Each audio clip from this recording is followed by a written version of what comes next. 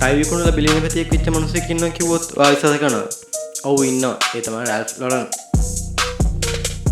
අපි හැමෝම පාවිච්චි කරන පෝලෝ බ්‍රෑන්ඩ් එකේ නිර්මාතෘ තමයි මෙයා. රැල්ෆ් කියන්නේ ඇමරිකාවේ යුදෙව් පවුලක පුදුණු හතරවෙනි ළමයා. එයාට ආසාවන් දෙකක් තිබ්බා. එකක් තමයි සල්ලි. ඒ කියන්නේ මිලියනපතියෙක් වීමේ ආසාව. අනිත් එක තමයි ෆැෂන්. මෙයාගේ මේ ෆැෂන් කියන ආසාවෙන් ඉඳන් මෙයා ඇමරිකාවේ ධනවතුන්ට ටයි මහන කම්පැනි එක සේල්ස්මන් කෙනෙක් විදිහට වැඩ කරනවා.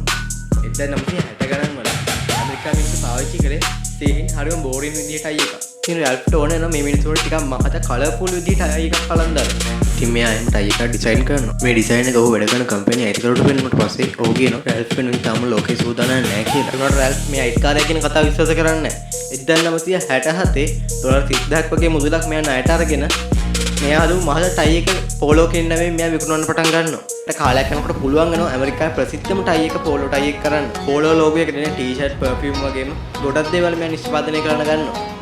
ඩොලර් බිලියන 13කට වැඩි වටිනාකමක් සහිත රැල්ෆ් ලොරන් කෝපරේෂන් එක නිර්මාණය කළා තියෙනවා.